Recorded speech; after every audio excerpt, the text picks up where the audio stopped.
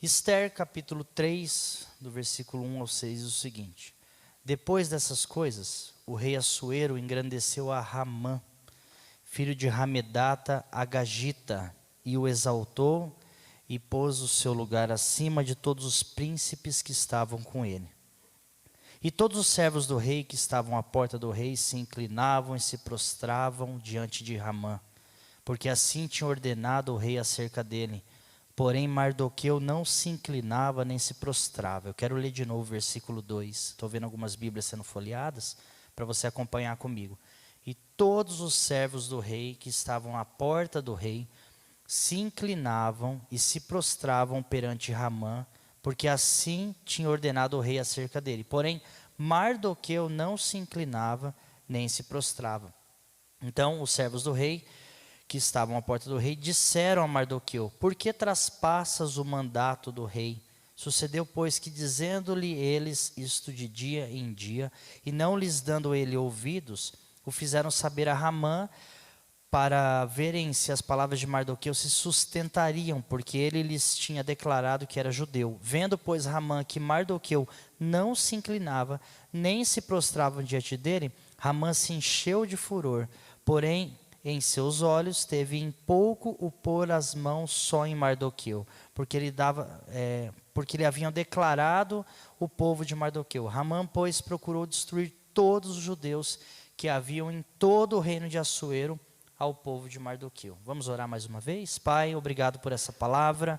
Hoje é uma noite de instrução, que o Senhor encontre corações férteis para ouvir a Tua voz. É fato que às vezes a nossa carne está cansada, uma semana de trabalho, exaustivas para alguns, estressante para outros, mas nós estamos aqui como Teu povo, para ouvir a Tua voz, ó doce Senhor. Nos instrua, fale conosco, Senhor, mude, aperfeiçoe e traga crescimento à nossa vida espiritual. Nós não estamos aqui por um mero encontro acadêmico ou de mero conhecimento. Nós cremos que a Tua palavra é viva e o Senhor pode sim falar conosco hoje, e por isso nós já oramos gratos em nome de Jesus.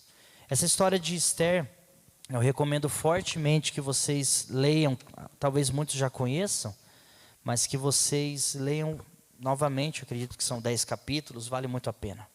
Tem muito ensinamento nessa linda história de Esther. Para resumir bastante, né? Esther, ela é uma judia, que o nome dela na verdade é Hadassa, e ele ali na Pérsia é trazido o nome dela como Esther, e ela se torna rainha no lugar da rainha Vasti. Ela não era rainha, a Esther. Quem era Vasti. Isso está em Esther capítulo 1 e capítulo 2, principalmente capítulo 1. Só que o rei Assuero, que era o rei de um império, o império persa, ele chamou para que a sua rainha Vasti viesse à presença dele, e ela não foi. Ela desobedeceu o rei, e o rei ficou tão irado que ele despojou, enfim, tirou Vasti como rainha, e fez uma espécie de um concurso de Miss, para vocês entenderem, para poder ter uma nova rainha. Mardoqueu, que é o primo mais velho de Esther, intercedeu e Deus deu graça, e Esther então se tornou rainha no lugar de Vasti. Porém, o rei Assuero não sabia que Esther era judia. Guarde essas informações, resumindo o contexto de quem não conhece a história. Ok? Então Esther, nesse capítulo 3, já é rainha, está ali como rainha do rei Assuero, e não é qualquer rainha. O rei Assuero era líder de mais de 127 províncias, ele governava o mundo, para você entender. Imagina governar o mundo e você ser a primeira dama desse rei. Então não era qualquer coisa, ok? Nesse contexto. E Mardoqueu ou Mordecai, cada Bíblia tem um nome aí, talvez sua Bíblia está Mordecai, o pastor leu errado. Não, são ou Mardoqueu ou Mordecai, está tudo certo.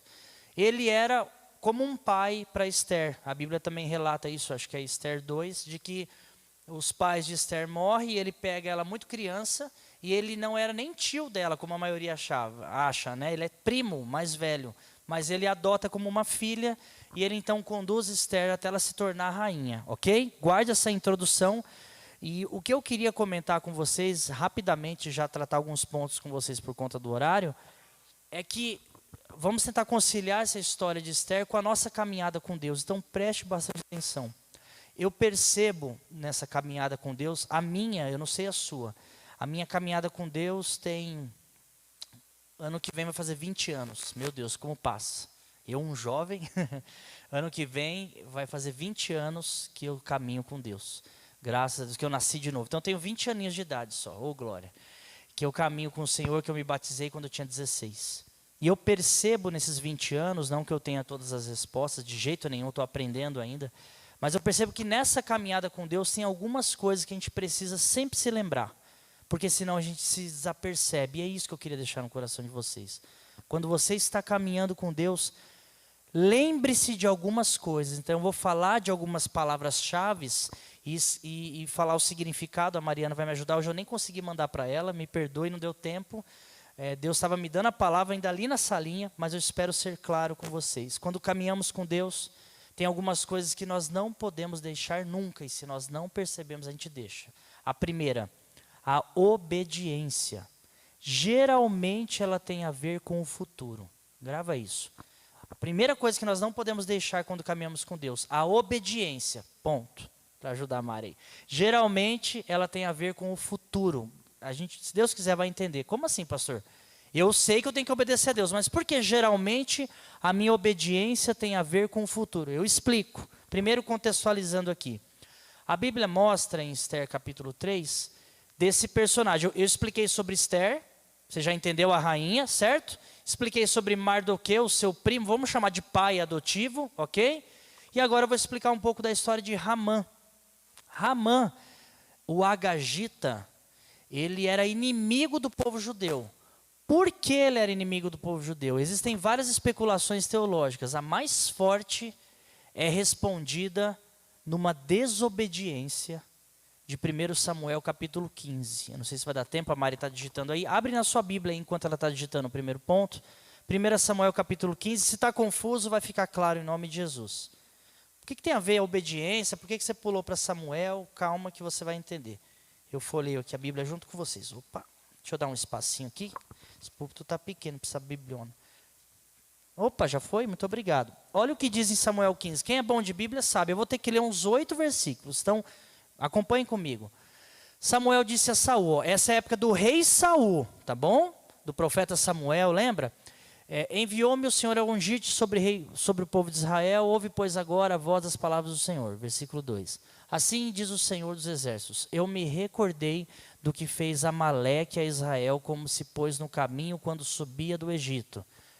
Vai, pois, agora, presta atenção, fere a Amaleque, destrói totalmente a tudo que tiver, e não lhe perdoes, porém matarás desde o homem até a mulher, desde os meninos até os de peito, desde os bois até as ovelhas, desde os camelos até os jumentos. Saul convocou o povo, contou em Telaim 200.000 homens de pé, 10.000 homens de Judá. Presta atenção. Chegando, pois, Saul à cidade de Amaleque, pôs emboscada no vale. Até aí tudo bem. Disse Saul aos queneus. Deus não mandou isso aí, mas Saul já começou a desobedecer. Ide-vos, retirai-vos e sai do meio dos amalequitas, para que não vos destrua juntamente com eles, porque vós usaste de misericórdia com todos os filhos de Israel, quando subiram do Egito. Assim os queneus se retiraram do meio dos amalequitas. Então já é uma coisa que não foi pedida, Saul já fez uma coisa diferente do que Deus pediu. Então Saul feriu os amalequitas, desde Ávila até chegar a Sur, que está defronte do Egito. Passa, por gentileza. E tomou vivo Agag, grava essa palavra, rei dos amalequitas. Tomou vivo Agag, rei dos amalequitas. Porém a todo o povo destruiu ao fio de espada, versículo 9. E Saul e o povo pouparam Agag e ao melhor das ovelhas e das vacas e da segunda ordem aos cordeiros, ao melhor que havia, e não quiseram destruir totalmente. Porém, a toda coisa vil e desprezível destruíram totalmente. Se você prestou atenção aí, Deus deu uma ordem para Saul, que era, acho que é o versículo 4, volta lá por gentileza. Mate tudo e todos. Todos os homens, todas as mulheres, todas as crianças. Deus mandou matar crianças? Sim, deixa isso aí para um outro debate. É ordem de Deus. Mate tudo, até o gado, tudo. Acho que é o 4 que fala. Ah, não, é o 3, muito obrigado. Destrói totalmente. Versículo 8. Ele destruiu totalmente? Não. O que diz no versículo 8? Ele poupou Agag, rei dos amalequitas.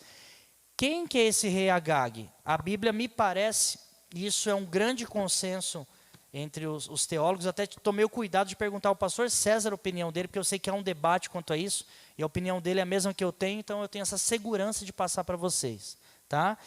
Em Esther 3, que é o nosso texto, Ramã, que era o inimigo do povo, o que ele era? Agagita. Não é isso? Se você ler junto comigo, perante Ramã, aqui ó, versículo 1. O rei Assuero engrandeceu Ramã, filho de Ramedata, Agagita, e o exaltou. Então, está claro aqui que Ramã era descendente desse rei Agag. Presta atenção nisso, o que uma desobediência pode acontecer. Lá atrás, o rei Saul desobedece a ordem de Deus e poupa o rei Agag, que é morto depois. Mas ele poupa o rei Agag, ok?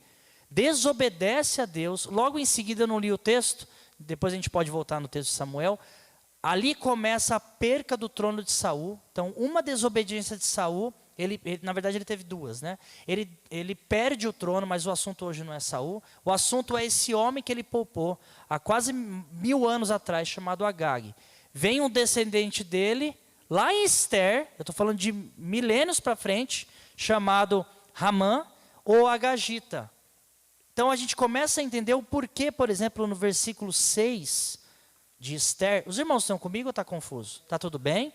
O versículo 6 de Esther 3, versículo 6, que é o nosso texto.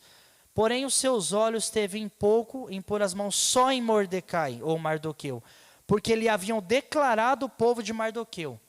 O pessoal chegou em Ramã, Ramã está sendo exaltado, todo mundo se prostrando a você, mas tem um cara que não se prostra. Mardoqueu, o judeu. Ele falou, opa, judeu? Eu odeio esse povo.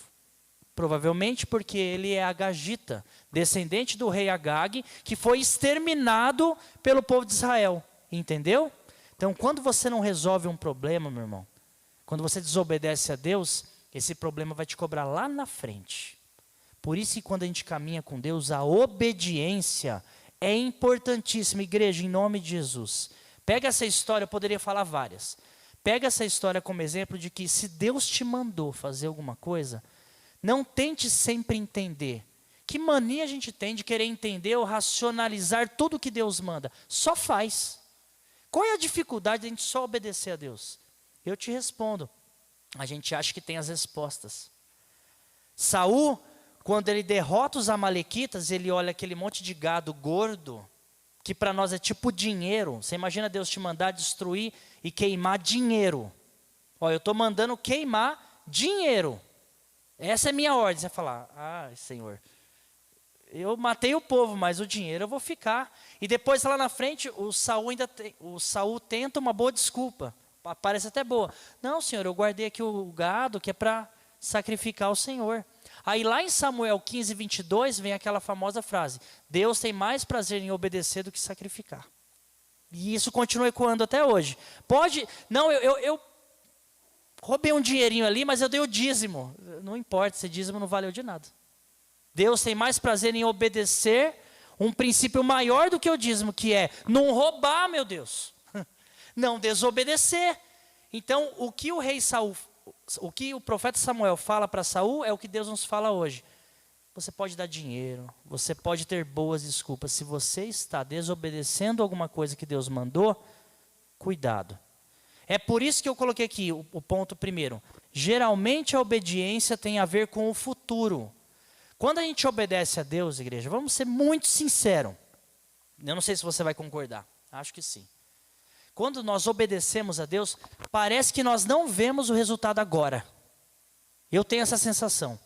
Nem agora, nem amanhã, nem depois. Deus manda a gente fazer algumas coisas, você vai lá e faz. Você não vê o resultado. Nem agora, nem amanhã, nem depois.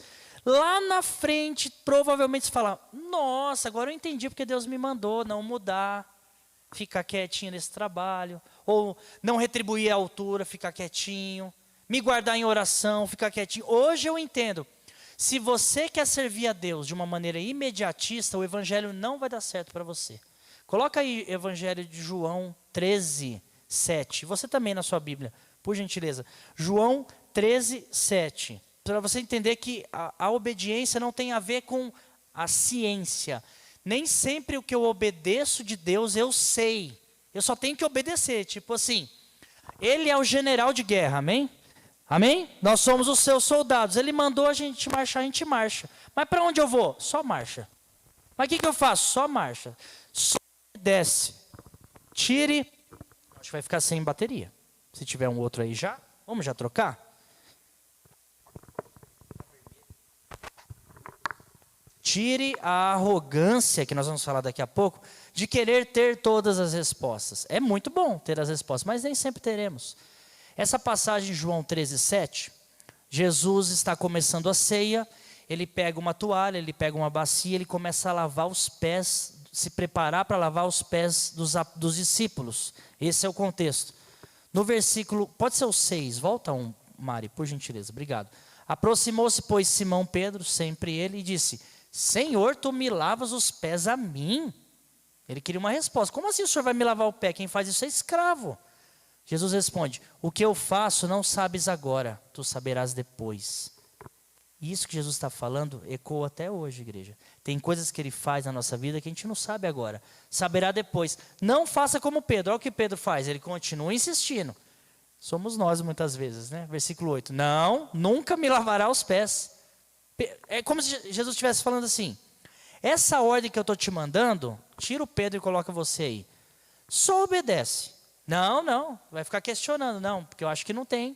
Aí o que Jesus fala? Ué, se eu não te lavar, você não tem parte comigo. Ou seja, se você não me obedecer, a gente não tem nada a ver um com o outro. Vai precisar ouvir isso de Deus? Aí no 9, por favor. Aí o Pedro fala: não, então me lava o corpo inteiro. Precisa chegar nisso? Quem é pai aqui? Tem bastante pai, né? Não é ruim quando você dá uma ordem para o seu filho, ou ele não faz, ou ele fica: mas por que eu tenho que fazer? Por que eu tenho que ir? Aí o pai que é mais experiente, só dependendo do temperamento, cala a boca e faz, mano. Senão vira um tapa. É que hoje em dia não tem mais isso, parece, né? Fica de boa aí. Ou um pai mais moderado vai falar: filho, você não entende. É igual Jesus, só faz. Quando a gente era jovem e criança, não sei se você lembra disso, eu lembro. Filho, eu estou te batendo aqui, mas você vai entender quando você ficar grande. Hoje você não entende. E é verdade. Hoje eu entendo. A nossa vida espiritual é a mesma coisa. Quer crescer espiritualmente? Só receba o entendimento das coisas que Deus quiser te conceder. O entendimento que Ele não te der, obedece. Por que eu tenho que perdoar? Só perdoa, vai por mim. Por que eu tenho que continuar plantando a semente do Evangelho para um coração duro? Só planta a semente do Evangelho, só obedece. Ah, por que eu tenho que me manter sempre, ok, amém? Por que eu não posso virar-lhe a muqueta na cara? Só obedece, só vira a outra face. Você vai entender, um dia você vai entender, nem que seja no céu, você vai. A obediência é uma das preciosidades que um cristão precisa ter na caminhada. E como os cristãos estão desobedientes. É por isso que eu quis grifar baseado nesse texto. Se o Saul, lá atrás, fosse obediente, matasse todos, esse rei Agag não teria, de repente, eu não sei se um filho escapou, alguma coisa, e continuado de alguma maneira essa raiz, essa geração que chegou em Ramã, que se você continuar lendo Esther, quase que o povo de Israel foi exterminado. A história de Esther é tão importante para os judeus, muito importante, tanto quanto ou muito próximo ao Holocausto, que você talvez lembre. Hitler, a Alemanha, o Holocausto dos judeus. Na época de Esther foi praticamente a mesma coisa, quase. Graças ao bom Deus, que nós vamos tratar lá na frente, houve livramento. Mas até o decreto de morte foi dado através desse Ramã. Então, um homem, olha o estrago que pode trazer. Uma desobediência que a gente faz, os irmãos estão entendendo? Olha onde pode ir. Você não vai ver agora, mas a sua desobediência pode gerar grandes resultados no sentido ruim lá na frente. Grandes. Cuidado. Nós estamos na geração das respostas. Nós estamos vivendo o tempo de que tudo tem resposta no Google. até os propósitos ocultos de Deus. Alguém encontra respostas. E às vezes, igreja, Deus não vai te responder. Ou às vezes você não está espiritualmente em contato com Ele, que você não está entendendo porque você não está buscando direito. Pode acontecer isso também. Ele já quer te responder, mas você não está íntimo dele para entender. Então, como você não entende, você desobedece. Foi assim o povo no deserto. Tem que ir para cá, por que tem que ir para cá? Eu quero comer, por que não tem? Eu quero água, eu quero não sei o quê. Porque estava desconectado da obediência a Deus. Era Moisés, Josué, Caleb, um ou outro que estava ali conectado em obedecer a Deus. A grande maioria murmurando, reclamando, desobedecendo. Então, quando você e eu caminhamos, cuidado, porque a obediência geralmente tem a ver com o futuro. Obedeça aqui, colha lá. Plante aqui, colha lá. Chore, como diz Salmo 126, caminhando e chorando, mas plantando e colha, sem dúvida, os seus feixes. Mas esse tempo vai ser necessário. Esse tempo vai ser necessário. Não é a história de João Pé do Feijão, que você coloca uma semente e no outro dia está lá. Geralmente o Senhor vai te provar. Geralmente o Senhor vai ver como está a tua fé. E vai ver se você de fato é um filho obediente, para lá na frente te dar algumas respostas. Quando você estiver mais maduro. É assim que funciona. Quem já viveu o que eu estou dizendo, sabe. Então, obedeça, igreja. Não questione. Só obedeça. Amém? A obediência nós não podemos abandonar. Outra coisa, o segundo. Orgulho. Cuidado com a ambição da aprovação. Eu vou explicar se Deus quiser. Primeira coisa, não abandone a obediência. A segunda, orgulho. Essa você tem que abandonar. Cuidado com a ambição da aprovação. Isso é um mal. Deus me dê graça e tempo para falar sobre isso. Orgulho, cuidado com a ambição da aprovação. O que acontece aqui? Presta atenção. Ramã foi exaltado pelo rei Assuero. Pensa que Ramã era um primeiro-ministro do mundo. Pensa se não era pouca coisa esse homem. Ele se tornou talvez a segunda pessoa mais importante depois do rei do mundo inteiro. O orgulho tomou conta desse homem de um jeito que não dá tempo, mas talvez a gente leia se der. Em Esther 5, ele fica se achando, mostrando o que ele conquistou para os seus filhos, para sua esposa. Quando o rei fala de exaltação, ele fala, com certeza é para mim. Ele se inflou, ele virou um gás hélio, né? Ele virou um balão, ele estava se achando. Esse era o cara. Quando Deus encontra alguém que fica se achando, geralmente ele derruba. Ponto. E foi isso. Quer ser derrubado por Deus? Tenha orgulho, tenha soberba. Ele vai te derrubar. E não sou eu que diz, não. É a palavra em várias passagens. Tá? Então, o que acontece em Esther capítulo 3 aqui que nós estamos lendo? Ramã foi exaltado. Todos, quando Ramã estava passando, todos se prostravam para ele. Todos se prostravam para ele. Exceto uma pessoa. Mardoqueu. Pensa essa cena. Ramã andando, todo mundo se prostrando como se ele fosse um deus. E Mardoqueu assim, ó. E ele passou uma vez, passou duas, passou três. Os amigos dele, né? Primeiro chegaram em Mardoqueu. Você é louco, cara, você tem que se prostrar. É o homem que está aí, é Ramã. Ele falou, não. Na verdade, ele não falou nada. A Bíblia diz que ele nem dava bola para os caras falando. No outro dia, paradão lá. Até que esses amigos, que não fica para uma outra pregação, esses amigos da onça foram até Ramã para contaminar o Ramã, que já era um cara contaminado. Você sabia que Mardoqueu ali na porta do rei, quando você passa, ele não se prostra? É muita gente, você não vê. Mas como eu sou um fofoqueiro aqui da Pérsia, eu vou falar para você. Saiu ontem no jornal, na minha coluna de fofoca. Mardoqueu não se prostra para você. Ramã falou, o quê? Aí no outro dia ele, com certeza prestou atenção e olhou e viu que era verdade. Falou, eu vou matar ele. Só que como ele é judeu, eu odeio os judeus, por causa da minha descendência, eu vou matar todo mundo. Ramã cavou ali a sua ruína, por causa do orgulho. Todo mundo estava prostrado para ele. Eu não estou falando que isso está certo, tá? Só estou dizendo o contexto. Estava tudo funcionando por causa de uma questão desse tamanho. Uma pessoa no meio de milhares que não o reconhecia como autoridade.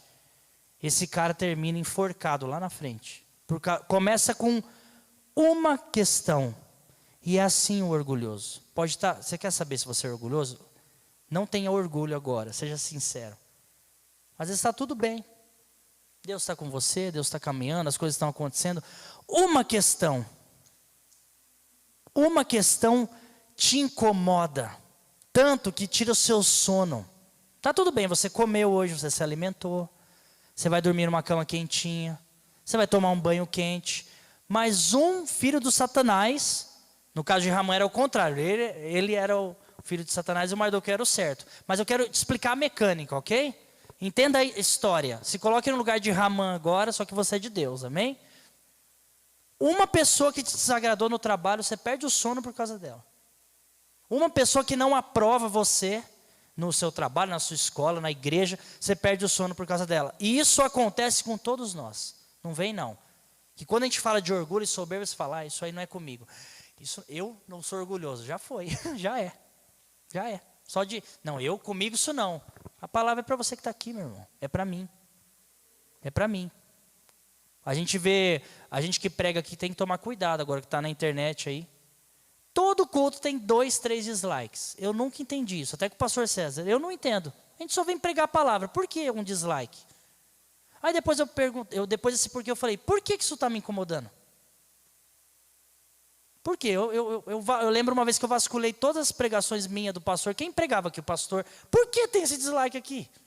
Eu me vi incomodado mais do que o suficiente naquilo. Eu falei, ei, rapaz, se liga. Já fui orar, sai fora. E eu não sei você, mas o orgulho me ronda todos os dias. Quem caminha comigo, Deus conhece meu coração. Eu odeio gente soberba. Acho que por eu odiar a atitude, não a pessoa, eu procuro não ser. Mas eu não sou hipócrita. O orgulho me ronda sempre. A vaidade me ronda sempre. E eu tenho certeza que você também. Quando alguém desaprova você, quando alguém dá um dislike na sua vida, naquilo que você fez, naquilo que você se esforçou, dói. Mexe com o nosso brio. Você é um bom profissional, uma boa profissional, alguém vai lá e te critica. Todo mundo falou, bom trabalho, bom trabalho. Alguém falou, não gostei. Você vai ficar de olho naquele negativo. Por que a gente é assim? Cuidado na caminhada cristã com isso. O pastor pregou e muito bem sobre dignidade. Nós só somos dignos nele. Nós não somos nada, igreja. Nada. Entenda isso. A Bíblia diz em Tiago 4,6, salvo engano. Deus resiste ao soberbo, mas dá graça aos humildes. Quando Deus enxerga um sentimento arrogante, Ele vai tirando.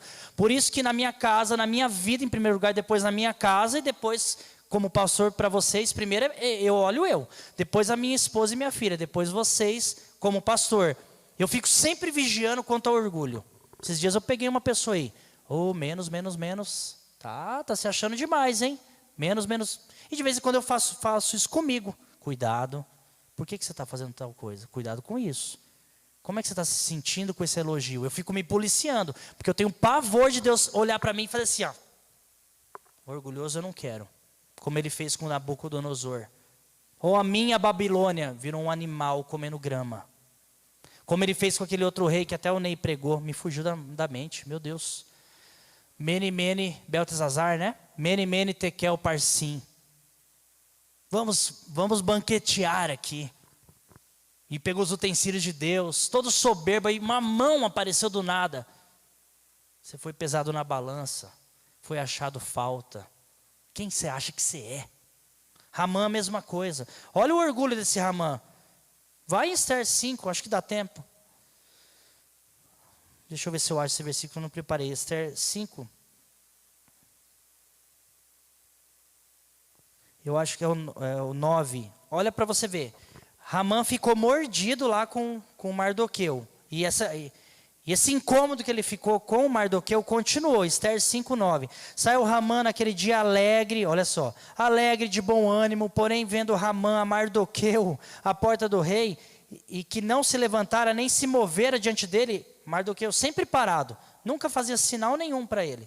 Então Ramã se encheu de furor contra Mardoqueu. Ramã, porém, se refreou, veio à sua casa, mandou vir os seus amigos, chamou os amigos, chamou sua esposa chamada Zeres, contou-lhes Ramã a glória das suas riquezas, a multidão dos seus filhos, tudo que o rei tinha engrandecido e aquilo em que tinha exaltado sobre os príncipes e servos do rei, por aí vai. Ele olhou Mardoqueu e falou: "Nossa, eu não me conformo, esse cara não se prostra contra mim, mas é que eu sou o cara." E chamou os amigos: "Ó, vem ver o que eu ganhei, vem ver o que eu conquistei." Quando Deus identifica o orgulho na gente, Ele derruba. Quando Deus vê um coração exaltado, Ele derruba. O primeiro orgulhoso que foi derrubado foi Satanás. O primeiro. Porque a Bíblia diz em Isaías: "Você se engrandeceu, ó estrela da manhã." Disse ele em seu coração, estou parafraseando Isaías 14, salvo engano: "Farei um trono acima." Olha a mente do diabo, ele queria um trono acima de Deus. Acima de Deus. Foi lançado na terra como um esgoto, como uma descarga, desculpa falar assim. E hoje é a realidade do diabo. Precisa de corpos para ficar. Ele vive nos guetos, escondido, querendo destruir o povo de Deus. Essa síndrome orgulhosa, como nós somos carnais, pode nos pegar, gente. Foi essa mesma síndrome que fez Eva comer do fruto, Adão comer do fruto. A síndrome de querer conhecer as coisas. Deus deu uma ordem: obedeça. Olha a obediência. Não olhe, não coma desse fruto. Você tem tudo. Só esse fruto que não. Mas o coração deles se encheu de orgulho. Eu quero. Eu posso. Por que eu não posso saber das coisas? E comeu.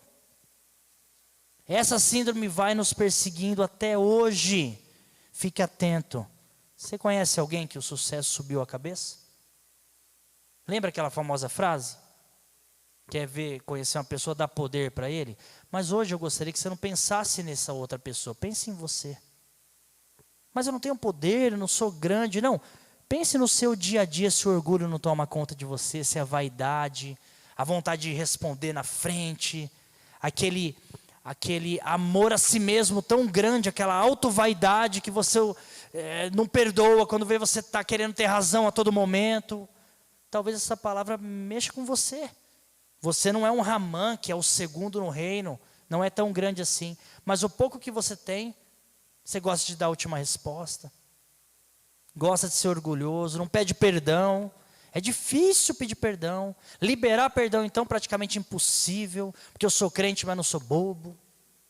Devemos tomar cuidado com isso. Provérbios 16, 18, para a gente sair desse termo orgulho. E vamos caminhando para o último, tá? Cuidado, igreja, cuidado. Porque são coisas que a gente sabe, mas se a gente não ficar atento, a soberba precede a ruína. Quer se arruinar, é ser soberbo. E a altivez do espírito precede a queda. Quer cair? Quer perder a bênção de Deus? Seja orgulhoso. Eu vi muitas pessoas que tinham tudo para ser usadíssimas por Deus. Usadíssimas. E o orgulho tomou conta. Eu convivi com pessoas, e essa palavra é para mim também. Eu me policio, por isso que eu dei um exemplo da minha vida aqui. Dos dislikes e tal. Eu poderia, se você sentar comigo, eu te falo um monte. Que a gente vive lutando contra nosso orgulho e vaidade. Mas eu já vi muitas pessoas que estariam facilmente no meu lugar aqui. Eu estaria sentado aprendendo 1000 vezes mais usadas do que eu. Mas 1000 vezes. Que hoje estão desviadas. Porque o orgulho tomou conta. A vaidade tomou conta. Ou pessoas que são cristãs, mas foi para a carreira gospel. Cachês, tudo mais. Não quero discutir isso, porque não é que eu sou contra, depende da situação. Mas você vê a vaidade, você vê que a máquina, a igreja virou um sustento, virou ter fama, mostrar para o outro que é alguém. Ser alguém, mostrar que é alguém. Lindos ternos, lindos anéis, cabelo bem penteado, a voz bem impostada. Aquele quadro com a pessoa sempre assim, ele tem o dom das revelações, só ele tem. Está com ele, está com ela. A profetisa não sei do que, o profeta não sei da onde. Orgulho, vaidade, vai cair. Vai cair. E a queda será feia se não se arrepender. Cuidado, igreja. Como é que você negocia, como é que você trabalha, como é que você convive e trata as pessoas ao seu redor. A gente sabe quando a soberba e o orgulho está tomando conta. É difícil admitir, mas a gente sabe. Você raramente vai ouvir eu falando para você: eu fui orgulhoso. A não ser que você conviva comigo, mas minha esposa sabe. Camila, nessa atitude aqui eu estou percebendo um leve orgulho aqui em mim. Meu Deus, tem misericórdia, eu estou sentindo isso. Aí eu tento retroceder. E você se policia, porque é duro. Tem alguns sentimentos, igreja, eu já vou sair desse tema, que é muito difícil a gente admitir, até para nós mesmos. Orgulho e inveja. Você admitir numa oração, ou para quem se confia, nessa situação eu senti inveja. Porque é uma coisa que o cristão abomina. Mas e se você sentir? Se você sente e não admite, é orgulho. Ter sentimentos que Deus já sabe e não admitir, não confessar, é orgulho. Não, inveja não, quero que todo mundo se dê, muito bem. Eu estou bem, aleluia, que todo mundo seja feliz. Se você não estiver sentindo isso, confesse.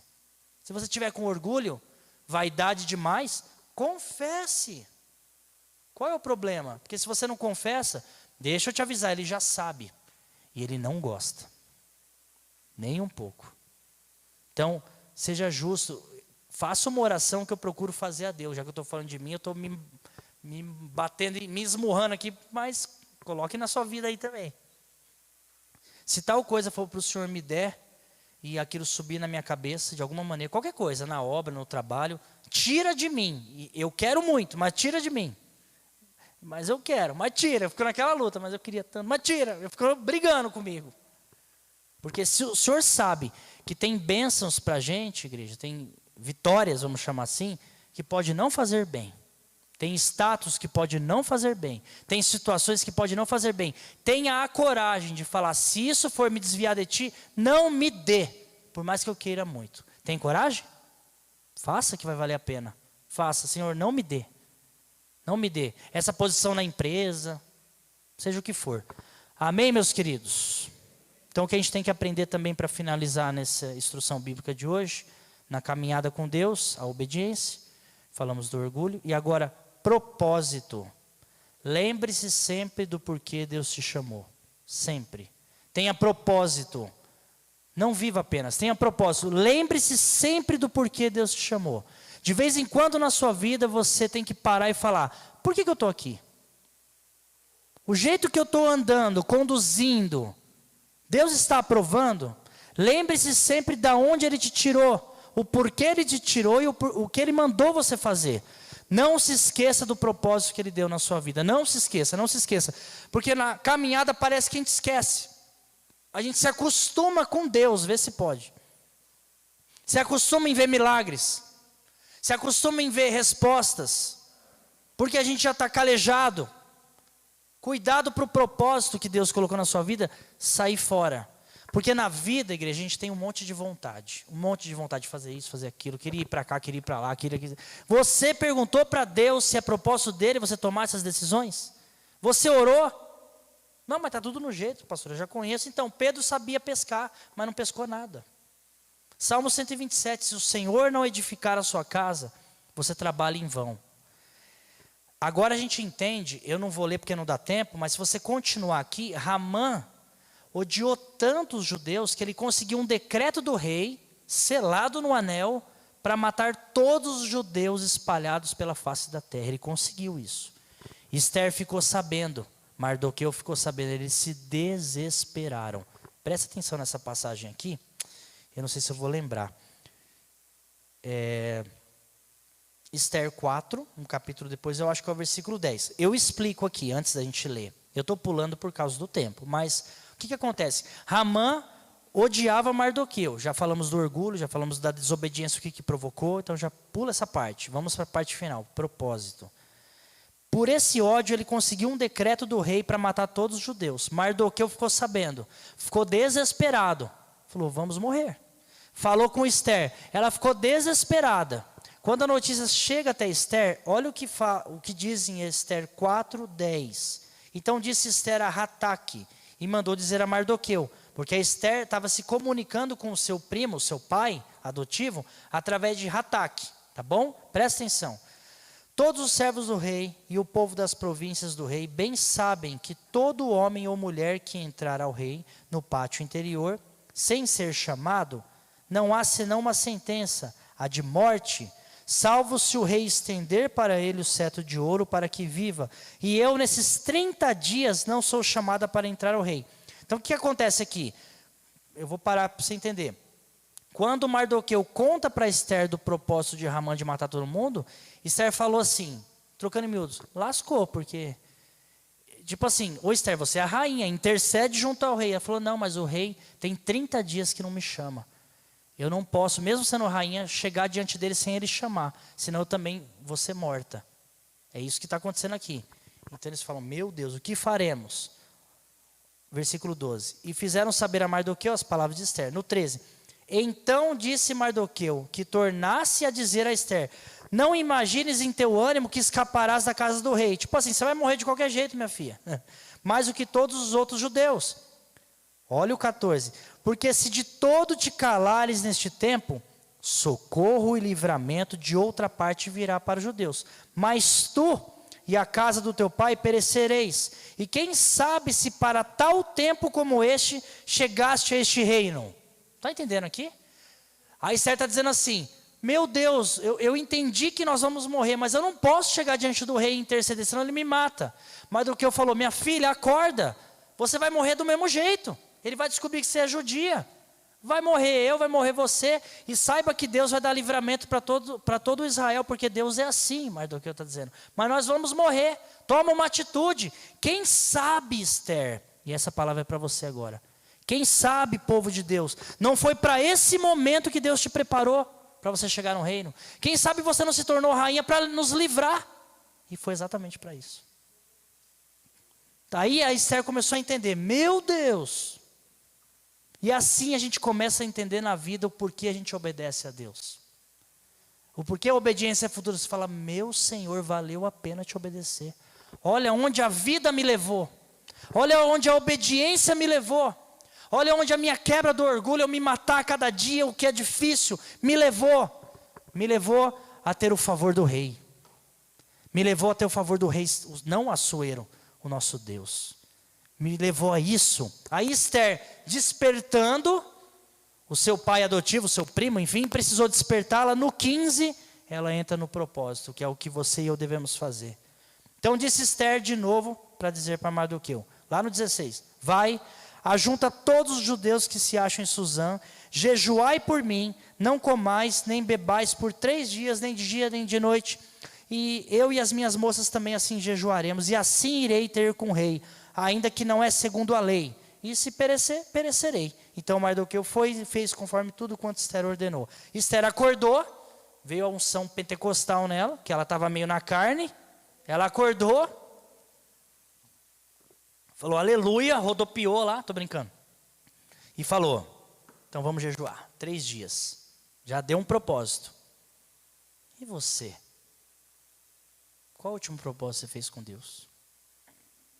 Qual a última vez que você orou e se consagrou a Ele? Para que Ele te lembre. Às vezes a gente tem que fazer um propósito com Deus para Ele nos lembrar dos nossos propósitos. Entendeu? É um propósito para voltar para o propósito. Quando você fizer um jejum, se você quiser pôr uma causa, pode pôr a causa que Deus colocar no seu coração, não quero debater isso. Mas a primeira é, Senhor, eu estou jejuando, esse propósito de jejum é para o Senhor me trazer de volta para o seu propósito, se eu estiver me desviando. Me traz de volta. Que é o que Esther falou aqui, nossa, talvez eu fui colocada como rainha aqui, inclusive Mardoqueu me ajudou, meu pai adotivo, para eu livrar esse povo e eu querendo recuar agora. E às vezes na vida a gente quer recuar, gente. A gente entra na carne, a gente não quer seguir propósito nenhum, a gente quer viver do nosso jeito. A vida nos apresenta um monte de coisa, a gente quer abraçar, a gente quer casar, se dar em casamento, a gente quer trabalhar, a gente quer conquistar. E o propósito está aqui, a gente está encantado pelas coisas desse mundo e Deus tentando te trazer. Se você e eu não estivermos alinhados no propósito de Deus, nós perdemos tudo. Quem não está no foco do propósito de Deus, pode ser jovem, adolescente, inteligente, o que for, vai conquistar o mundo inteiro, mas vai perder a alma. Não adianta, não vale a pena. É melhor você falar, Senhor, eu quero seguir o seu propósito. E Deus é bom. Ele não quer coisa ruim para você. Ele é bom. Então se renda aos propósitos dele. É o que Esther falou, então eu vou jejuar, eu vou me consagrar. Orientou Mardoqueu, se voltou para a razão, e é isso que nós devemos fazer. E aí o desenrolar acontece, não dá tempo, mas é lindo. É lindo você ver, por exemplo, o acesso dela até o rei. Eu não sei se eu anotei aqui, eu acho que eu não anotei, mas no versículo 5, ela já tinha, depois de jejuado, no capítulo 5, ela está andando lá no palácio. Ela não podia estar diante do rei, mas ela está ali andando no palácio e o rei olhou ela. Aí a Bíblia diz que Deus deu graça ao rei para Esther. Isso é Deus. Deus faz isso. E o Senhor falou, o rei, mas parafraseei como Deus para você. Ô Esther, o que você quer? É isso que Deus fala conosco. Voltou para o meu propósito? Meu cetro está apontado para você. Pede. Está aqui, ó. Pede. Eu não estou querendo uma mensagem triunfalista, não. Estou dizendo o favor de Deus mesmo. Está no meu propósito, em obediência, quebrando o orgulho? Pede. Aí começa a história linda, que infelizmente não dá tempo. Que a Esther, então, faz toda uma engenharia ali, guiada por Deus, de preparar um jantar para o rei e para Ramã. Traz Ramã junto para esse jantar. E continua orando, e traz eles para fazer um grande banquete. O rei fica mais encantado ainda por Esther. Esther prepara coisas para o rei, e é o que a gente tem que fazer, adorar ao rei. Vai trazendo isso aí para a tua vida. No capítulo 6, o rei tem um sonho, aí é Deus que faz. Engraçado. O sonho do rei, e no sonho que ele tem, ele acorda, né? Na verdade, ele traz as crônicas. No capítulo 6, foge o sono do rei. Não é que ele tem um sonho, ele não consegue dormir. E ele fala, eu não consigo dormir. Pega o livro das crônicas aí. E ali naquele livro ele vê que Mardoqueu foi um cara muito importante. Olha só o que Deus faz. Às vezes você está dormindo, Mardoqueu estava dormindo. O sono fugiu do rei, não fugiu de Mardoqueu, ele estava dormindo. Entendeu? Às vezes no sono Deus está te guardando. Pega lá o livro. Esse homem foi um homem importante, Mardoqueu. No outro dia ele chama Ramã. Olha as coisas que Deus faz. Ô Ramã, o que a gente faz para exaltar alguém que é muito importante, que fez coisas boas para o nosso reino? Ramã, a Bíblia diz em Esther 6, se vocês quiserem eu leio, mas olha só. Então disse o rei, no 4, então disse o rei, quem está no pátio? E Ramã tinha entrado no pátio exterior do rei, para dizer ao rei que enforcasse a Mardoqueu.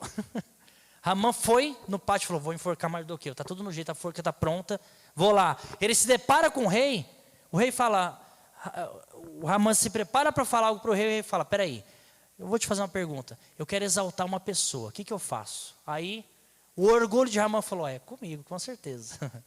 Prepara um cavalo, veste ele, deixa ele bonito, não sei o quê. Mal sabia ele que, para encurtar a história, o Assuero falou, então tá bom. Eu vou exaltar Mordecai e é você que vai passear com ele dizendo, esse cara merece ser homenageado. Pensa nessa história, leia por favor. Eu estou resumindo grotescamente por causa do tempo. Leia a história de Esther, como Deus dá uma reviravolta e salva o povo mais uma vez de Israel. O exaltado é humilhado, o humilhado é exaltado. É assim que Deus continua fazendo até hoje. Não mudou. Tira Mardoqueu, tira Ramã, tira Assuero, coloca você. Coloca aí o diabo e coloca Deus. Quem que você é nessa história? Quem que você é nessa história? E é simples para a gente finalizar. A caminhada com Deus, igreja, é muito simples. Obediência, resistir contra o orgulho, joga o orgulho para lá e viver no propósito. É isso. Viva no propósito de Deus. Viva, o mundo vai te tentar, ele vai querer te escapar para fora, ele vai querer te tirar. Lembre-se de histórias como essa. Enquanto você estiver dormindo, Deus está cuidando de você. Dormindo. Isso não é só Esther 6, não. Acredito que Salmo 127 também fala sobre isso. No sono Deus dá sustento aos seus. No sono. No sono. Você está aí com o seu orgulho, querendo ganhar o mundo, correndo atrás. O cristão de verdade, Deus está guardando no sono. Ele acorda, está tudo preparado, até as lutas. Está tudo preparado, as vitórias também, as guerras, está tudo preparado. Fica alinhadinho no propósito. Se esconda debaixo das asas do Senhor. É o melhor lugar para estar. Todos os dias a minha oração e a sua tem que ser: Senhor, eu estou no seu propósito, eu estou fazendo a tua vontade, eu estou te obedecendo, eu estou com medo de estar me desviando, eu estou com orgulho, será que eu não matei uma raposinha, eu não eliminei um probleminha aqui, será que eu não estou com sentimentos contrários ao Senhor? Me ajuda a todo momento. Revisiona a sua vida a todo momento, porque é aí que alguns estão se perdendo. Siga o propósito de Deus. E o último versículo, Romanos, você conhece? 8:28, e a gente finaliza. Baseado em toda essa história, nós entendemos que a Esther foi colocada por Deus como rainha para livrar o povo, e ela não sabia, ela só soube depois, porque todas as coisas contribuem juntamente para o bem daqueles que amam a Deus, daqueles que são chamados segundo o seu propósito. Hoje o cristão moderno, de palavra positiva, gosta de usar só o começo. Porque a Bíblia diz que todas as coisas contribuem juntamente para o bem. Aleluia, continua lendo. Para o bem de quem ama a Deus e quem segue o propósito dele. Amém? Deus abençoe em nome de Jesus. Amém. Consegui. Aplauda Jesus. Amém?